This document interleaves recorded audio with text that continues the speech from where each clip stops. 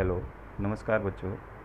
आज हम करने जा रहे हैं worksheet number 16 10th class dated 11th अगस्त 2021 साइंस वर्कशीट, जिसमें हमारा टॉपिक चल रहा है, फर्स्ट चैप्टर के टॉपिक चल रहे हैं। फर्स्ट चैप्टर आपका है रासायनिक अभिक्रिया एवं समीकरण। तो उसी के अंतर्गत अब हम करने जा रहे हैं, इसमें रासायनिक अभिक्रिया और समीकरण के अंतर्गत हम करने जा रहे हैं। अलग अलग टाइप की हम समीकरण करते आ रहे हैं, अभिक्रियाएं करते आ रहे हैं। कौन कौन सी होती हैं? पहले हमने संयोजन पढ़ी, फिर वियोजन पढ़ी। इसके लिए आप पुरानी वर्कशीट देख सकते हैं, पुराने वीडियो देख सकते हैं। अब हम करने जा रहे हैं जो वर्कशीट, उसका नाम है, उसमें हम कौन सी वाली क्रियाएँ पढ़ेंगे? हम पढ़ेंगे विस्थापन तथा द्विविस्थापन। इनके बारे में आपको शॉर्ट में बताया गया है, लेकिन अब आपको इनको डिटेल में पढ़ना है, विस्थापन एवं द्विविस्थापन को। तो देखिए, विस्थापन और द्विविस्थापन के बारे में हम अगर बात करें तो विस्थापन आपका है जब कोई एक पदार्थ एक तत्व दूसरे तत्व को उसके यौगिक से हटाकर अपना यौगिक बना लेता है किसी अभिक्रिया में, तो उसको हम विस्थापन बोलते हैं। द्विविस्थापन में आपस में आयन एक्सचेंज करते हैं, आयन को आपस में अदला बदली करते हैं। वो दो यौगिक जब आपस में आयन की अदला बदली करते हैं, एक ही आयन दूसरे में चली जाती हैं, दूसरे की आयन पहले के साथ मिलकर अपने यौगिक बना लेती हैं, तो उसको द्विविस्थापन बोलते हैं। और ये कैसे पता लगेगा कौन किसको विस्थापित करेगा, कौन नहीं करेगा, वो उसके लिए भी हम डिटेल में देखेंगे आगे। विस्थापन अभिक्रिया एक ऐसी रासायनिक अभिक्रिया है जिसमें अधिक क्रियाशील तत्व, जो ज़्यादा रिएक्टिव, ज़्यादा पावरफुल, ज़्यादा ताकतवर, क्रियाशील मतलब जो ज़्यादा क्रिया करने वाला, एकदम से क्रिया करेगा, वो तत्व कम क्रियाशील, जो उससे कम है, उससे कम वाले क्रियाशील के तत्व को उसके यौगिक में से विस्थापित कर देता है। ये उदाहरण हमने पहले भी देखी है। जब लोहे की कील को कॉपर सल्फेट क्या फॉर्मूला होगा उसका? CuSO4। ये होता है कॉपर सल्फेट। कैसे बना?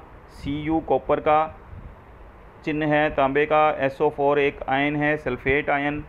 इस पे आपको बताया था 2 चार्ज होता है, आपने पहले रिवाइज किया होगा। इस पे -2 होता है, 2 के साथ 2 कट जाएगा, 1 1, तो ये आपस में क्रॉस करेंगे तो CuSO4 कॉपर सल्फेट, ये नीले रंग का होता है। कॉपर सल्फेट का रंग क्या होता है? नीला। क्योंकि अभिक्रिया का हमें पता कैसे लगेगा कि अभिक्रिया हुई है?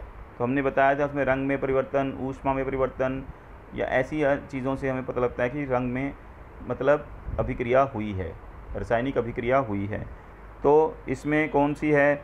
इसमें जैसे कॉपर सल्फेट नीले रंग का है, कॉपर सल्फेट के विलयन, ये ध्यान रखना, विलयन बनाना है, उसको जल में घोला गया है, उसका सोल्यूशन बनाया गया है, वो नीले रंग का होगा।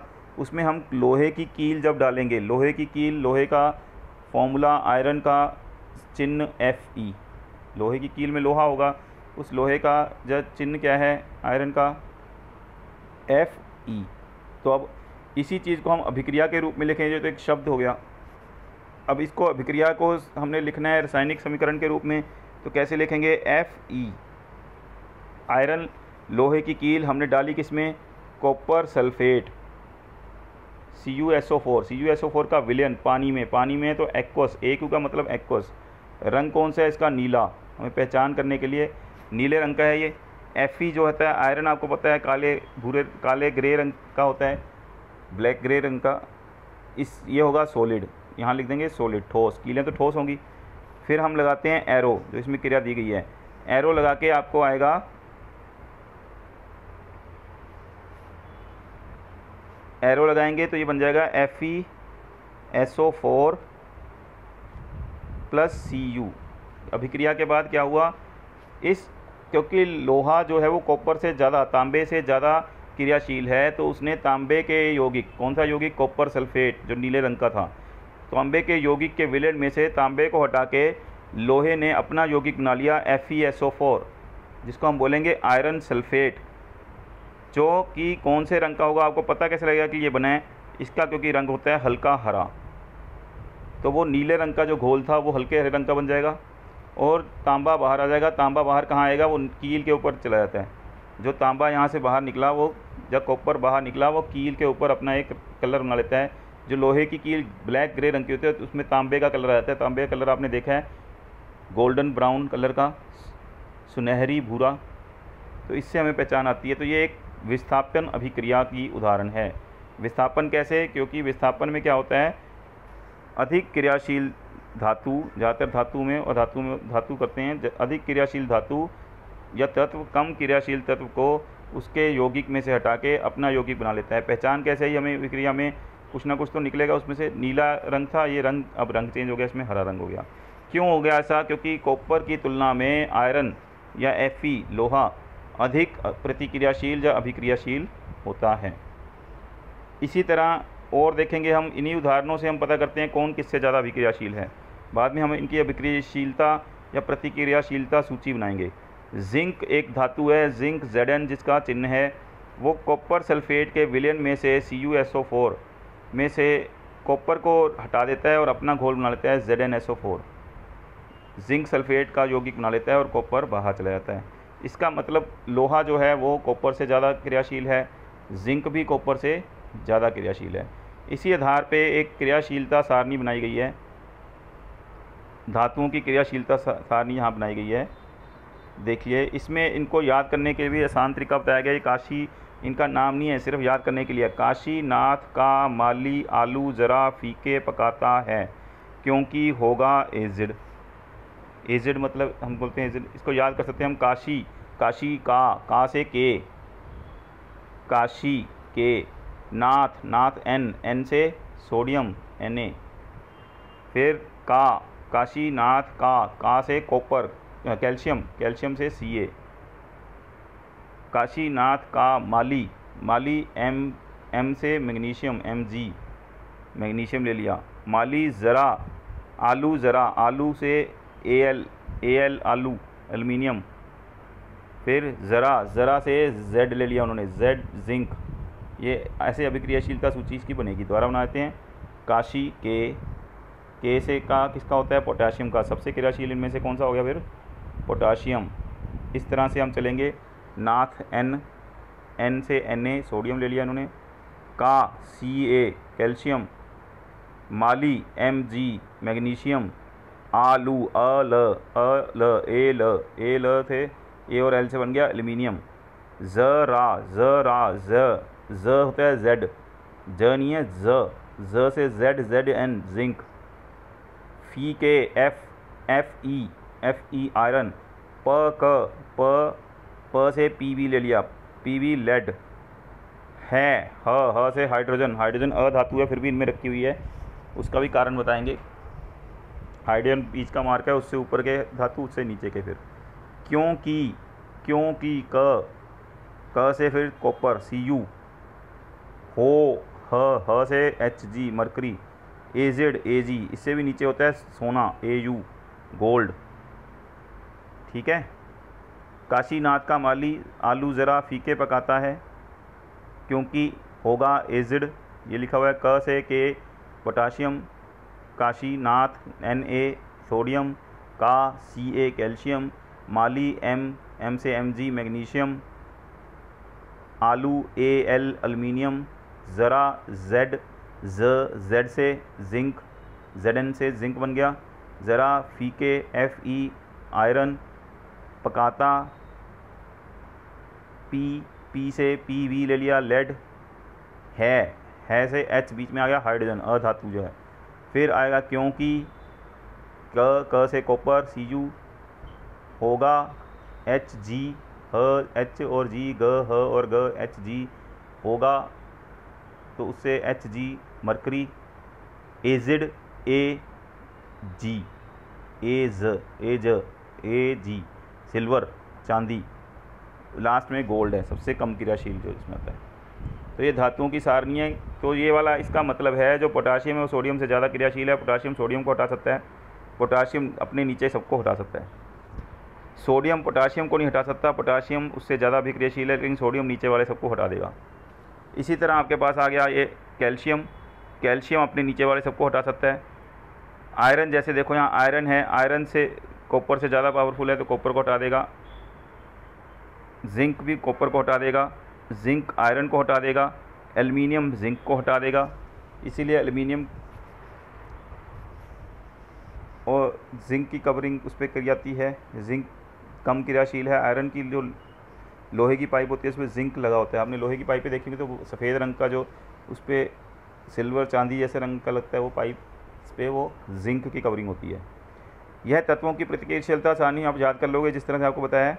फिर आगे आपके पास द्विविस्थापन अभिक्रिया। द्विविस्थापन क्या होती हैं? द्विविस्थापन में नाम से पता लगता है दो विस्थापन हो रहे हैं। यहाँ एक विस्थापन हो रहा है, एक ने हटाया, विस्थापित किया किसको? ये देखिए आप, यहाँ एक को विस्थापित किया गया, कॉपर को यहाँ से विस्थापित किया। जैसे यहाँ द्विविस्थापन में दो विस्थापन होते हैं, दो चीज़ें आपस में अदला बदली होती है। रासायनिक अभिक्रियाएं जिनमें अभिकारकों के बीच आयनों का आदान प्रदान होता है। अभिकारक आपको पहले वाली वर्कशीट में बताएंगे, जो एरो से पहले हैं, जो तीर से पहले बाईं ओर हैं, वो अभिकारक हैं जिनमें अभिक्रिया होती है। तो यहाँ दो अभिकारक हैं, ये तीर से एरो से पहले हैं, तीर का मतलब अभिक्रिया दिखा रहा है, वो अभिक्रिया से पहले वाले जो दो हैं ये अभिकारक हैं। अभिकारकों के बीच आयनों का आदान प्रदान होता है। आपको बताया ये आयन से बनते हैं। जैसे यहाँ है Na2SO4, इसका नाम है सोडियम सल्फेट। AQ का मतलब है एक्वस, मतलब पानी में इसका घोल बनाया हुआ है। Na2SO4 ये बना कैसे होगा? सोडियम और सल्फेट की आयन अलग होती है। सल्फेट आयन पे 2- चार्ज होता है, सोडियम पे 1 प्लस। आपको ये याद करना पड़ेगा, फर्स्ट वाली वर्कशीट आपको शुरू की वर्कशीट में याद कराया है, 9th में जाके होगा। तो ये यहाँ Na2SO4 इसका नाम है सोडियम सल्फेट। तो ये सोडियम सल्फेट जो है एक है, इसमें एक सोडियम आयन्स हैं, सोडियम आयन Na+ और SO4 2- दो आयन से मिलके ये बना है। ऐसी बेरियम क्लोराइड, Ba मतलब बेरियम, यहाँ पे बेरियम पे 2+ चार्ज होता है, आपने याद किया हो, नहीं तो दोबारा आप याद करना, उसको रिवाइज करके रखना है आपको। क्लोराइड आयन पे -1 चार्ज होता है। ये 4 आयन्स हैं, इसमें 2 आयन्स पहले विकारक की हैं, 2 आयन दूसरे विकारक में हैं यहाँ से। तो ये आपस में एक्सचेंज हो जाती हैं, अदला बदली कर लेते हैं, आदान प्रदान। ये इसको अपनी क्लोरीन आयन दे देगा और ये इसको अपनी सल्फेट आयन दे देगा। ये बन जाएगा, अब क्या बनेगा? सोडियम क्लोराइड और बेरियम सल्फेट। तो यही आपको दिख रहा होगा यहाँ पे बना हुआ, बेरियम सल्फेट। ये सल्फेट आयन इसमें चली गई और ये क्लोराइड आयन इसमें आ गई। अब फॉर्मूला कैसे बनेगा वो आपको, सोडियम का चार्ज +1, क्लोराइड का चार्ज -1, ये -1 होता है। तो ये अब एक्सचेंज होंगे आपस में। तो ये Na1Cl, 1 लिखने की जरूरत नहीं है, NaCl बन गया। BaSO4 कैसे बनेगा? बेरियम और एक सल्फेट आयन जो यहाँ से आई थी, सल्फेट पे -2 होता है, इसमें +2, 2 कैंसिल हो गए, 1 तो BaSO4 बेरियम सल्फेट। AQ लिखा है, इसका मतलब है पानी में बनेगा, इसका घोल जल में जो हमने घोल लिया था वही रहेगा। ठीक है, तो ये आप समझ गए होंगे। इसके बाद आपके पास इसमें क्वेश्चन आते हैं जो आपको आ सकते हैं एग्ज़ाम में। मेन तो क्वेश्चन ही करने हैं, उसके बाद आप समझ गए तो क्वेश्चन करेंगे। इसके बाद क्वेश्चन आंसर। नीचे दिए गए युग्म में से अधिक क्रियाशील तत्व की पहचान कीजिए। Na और Mg, सोडियम और मैग्नीशियम। आपने पहले भी आपको याद होना चाहिए, सबसे ऊपर क्या था? पोटाशियम, उससे नीचे सोडियम। पोटाशियम का ध्यान रखना, P सिंपल नहीं है, K है। नहीं तो हमने बोला था काशी का माली, काशीनाथ का माली, काशीनाथ, नाथ से N था, Na और माली Mg। तो कौन सा ज़्यादा पावरफुल है? Sodium Na। कौन अभिक्रियाशील ज़्यादा है? Sodium Na। इसमें से Al और Cu में से Cu आपको पता है कॉपर हाइड्रोजन के नीचे वाला है, एल्युमिनियम ऊपर वाला है।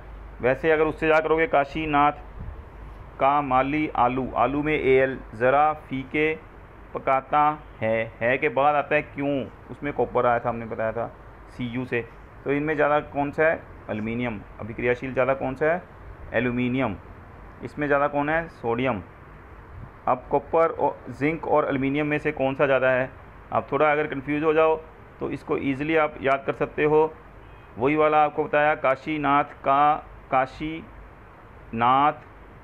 Na से हमने कैल्शियम लिया था, Ca, माली Mg, M से लिया था, आलू Al, ज़रा Zn। अब देख लो आप ऊपर कौन है? Al पहले। तो एल्युमिनियम ज़्यादा पावरफुल है। उसके बाद आयरन और कॉपर, अभी हमने रिएक्शन करी थी ऊपर। आयरन नेल्स है जो लोहा Fe वो कॉपर को हटा देता है, तो ज़्यादा अभिक्रियाशील कौन है? जो हटाने वाला कॉपर, आयरन कॉपर से ज़्यादा अभिक्रियाशील। निम्नलिखित प्रश्नों को पढ़ें और उत्तर दें। अदिति ने लोहे की कील को कॉपर सल्फेट के विलयन में डुबोया। तबस्सुम ने तांबे के तार को आयरन सल्फेट के विलयन में डुबोया। यहाँ इन्होंने कॉपर सल्फेट में लोहे की कील डुबोई है, यहाँ लोहे का सल्फेट आयरन सल्फेट जो है उसमें तांबे की तार डुबोई है। कुछ समय बाद अदिति ने देखा कि लोहे की कील पर तांबा जमा हो गया तथा विलयन के रंग में परिवर्तन हो गया। तबस्सुम ने तांबे की तार पर कोई जमाव नहीं देखा और रंग में कोई बदलाव नहीं देखा। लोहे की कील पर तांबा जमा हुआ क्यों जमा हुआ? क्योंकि अब ऐसे ही प्रश्न आपको मल्टीपल चॉइस में आ सकते हैं। क्योंकि तांबा लोहे की अपेक्षा अधिक क्रियाशील होता है। अगर तांबा ज़्यादा क्रियाशील होता तो तांबा हट ही नहीं सकता था तांबे में से, कॉपर सल्फेट में से कॉपर निकलता ही नहीं। तांबा मतलब कॉपर, जो ज़्यादा क्रियाशील है वो कम को हटाता है। तो अभिक्रिया कहाँ हुई? जहाँ कॉपर सल्फेट में हमने लोहे की कील मिलाई है तो रखी है, तो लोहा ज़्यादा अभिक्रियाशील हुआ, जो हटा रहा है वो ज़्यादा अभिक्रियाशील होता है। तो लोहा तांबे की तुलना में अधिक प्रतिक्रियाशील है, इसलिए लोहे ने तांबे को हटा दिया। ठीक, दोनों अगर समान रूप से प्रतिक्रियाशील होते तो कोई किसी को हटाता नहीं। तांबा ज़्यादा होता तो तांबा हटाता, तो फिर क्या होता? फिर तांबे की तार से तांबा निकलता, तांबा हटाता। लेकिन ज़्यादा क्रियाशील कौन है? लोहा। कैसे पता लगा? क्योंकि क्रिया कहाँ हुई? जहाँ हमने लोहे की कील को कॉपर सल्फेट में डुबोया, तो वहाँ तांबे के तार को आयरन सल्फेट के विलयन में डुबोने के बाद कुछ नहीं हुआ, लेकिन लोहे की कील पर तांबा जमा हो गया था जब, तो इसका मतलब तांबे को हटा दिया लोहे ने। तांबे को लोहे ने हटा दिया तो लोहा तांबे की तुलना में अधिक क्रियाशील। ये इसका उत्तर है। सेकंड बी, इसमें ब में लिखा है अदिति ने क्या रंग परिवर्तन देखा। देखो इसमें तो कोई रंग परिवर्तन हुआ ही नहीं, तो तबस्सुम वाले में तो कोई क्रिया ही नहीं हुई। अदिति ने क्या देखा? आपने बताया था आपको कॉपर सल्फेट जो है वो नीले रंग का होता है, और तांबा जो तांबे का सल्फेट बने, कॉपर सल्फेट या तांबे का सल्फेट नीले रंग का है। जब आयरन सल्फेट बनेगा FeSO4 वो कौन से रंग का है? आपने ऊपर पढ़ा हल्के हरे रंग का, तो वो नीला रंग जो है हल्का हरा बन जाएगा। लाल तो कुछ है ही नहीं इनमें से, नीले से हल्का हरा, ये सही है। कॉपर सल्फेट नीला था जो बाद में आयरन सल्फेट बन के हल्का हरा बन जाएगा। ये नहीं है हल्के हरे से नीला, ये नहीं है, तो ये वाला सही है। अब आगे पूछा है द्विविस्थापन अभिक्रिया को अवक्षेपण अभिक्रिया भी कहते हैं, उदाहरण सहित स्पष्ट कीजिए। क्योंकि द्विविस्थापन अभिक्रिया में जो ये बनते हैं वो पानी के अंदर डूब भी जाते हैं। ये सॉलिड लिखा हुआ है S, तो ये एक्वस नहीं बना, ये सॉलिड बन गया। कैसे? जब आप एक ऐसे टेस्ट ट्यूब या कुछ भी लोगे, बीकर लोगे, उसमें आप घोल, आपने बेरियम सल्फेट का घोल है मान लो, नहीं इसका सोडियम सल्फेट का घोल है, इसमें आपने दूसरी टेस्ट ट्यूब में लिया था आपने, मान लो कौन सा घोल, ये लिया आपने बेरियम क्लोराइड और ये लिया सोडियम सल्फेट, दोनों का घोल बनाया था। अब ये सोडियम सल्फेट को आपने इसमें डाला, तो अब जो टेस्ट ट्यूब में बनेगा क्या होगा? यहाँ पे सोडियम क्लोराइड आपको पता है नमक, खाने वाला नमक है, वो पानी में घुला रहेगा। लेकिन जो बेरियम क्लोराइड है वो सॉलिड ठोस बन के यहाँ नीचे बन जाएगा, जिसको अपक्षेप बोलते हैं हम।